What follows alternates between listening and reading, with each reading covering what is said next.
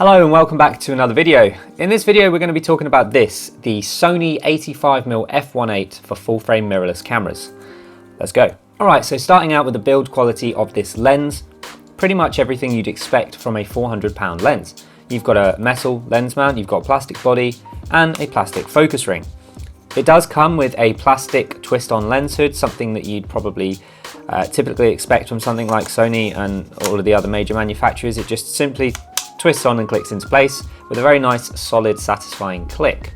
Now, I don't tend to use these lens hoods much because I generally use ND filters pretty much all of the time.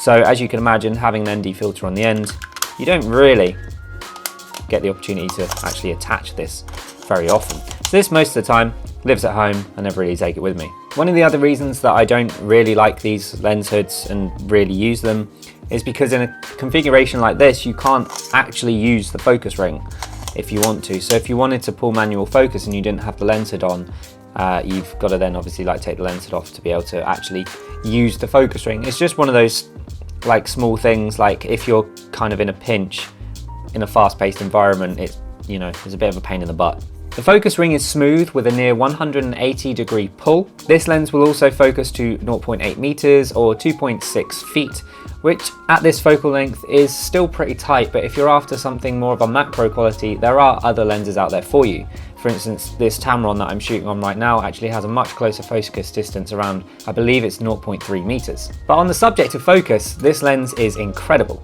The autofocus is extremely quiet and extremely fast, making it perfect for both video and photo.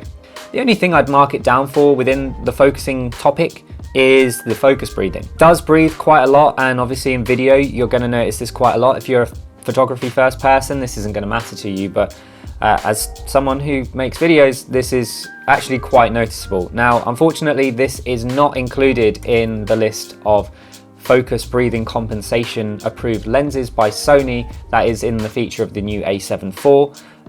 That's pretty much all G Masters in there, but who knows, maybe down the line that they'll introduce some focus breathing compensation for these lenses as well.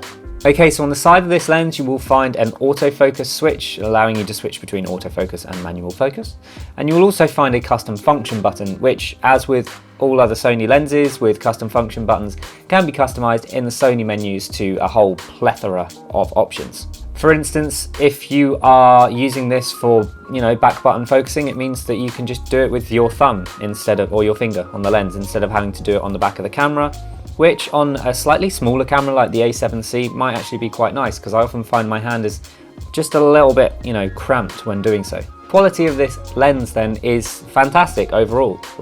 Does it miss some premium features? Yeah, it does, but does it have a premium price tag? No. So how does this lens fit in? Well, for me, this fits quite nicely in between that 70 to 100 range, which is kind of where I would spend most of my time with the old Canon 70 to 200 that I had. Now that I've changed my kit to be this 28 to 75 and the Sigma 100 to 400mm zoom lens, this fits quite nicely in between, and also actually doubles up as a nice kind of single lens for when I go out shooting, just like on a walk or something. If I just want to take a lens with me, this tends to be probably the one that I would choose, and it's also one of my favorites in terms of bokeh, in terms of focal length, in terms of, just overall usability, and obviously it's quite small and light, so, generally speaking for me, this fits in really well right in the middle of my kit. For you, if you're looking for a relatively budget lens that can grab really nice crispy B-roll or crispy detail shots, or even do great product photography or portrait photography, something like this might be for you. Okay, that does do it for this video. I hope you liked it. Don't forget to like, comment, get subscribed, and light the bell to stay up to date for whenever I release a new video. But until the next one, see ya.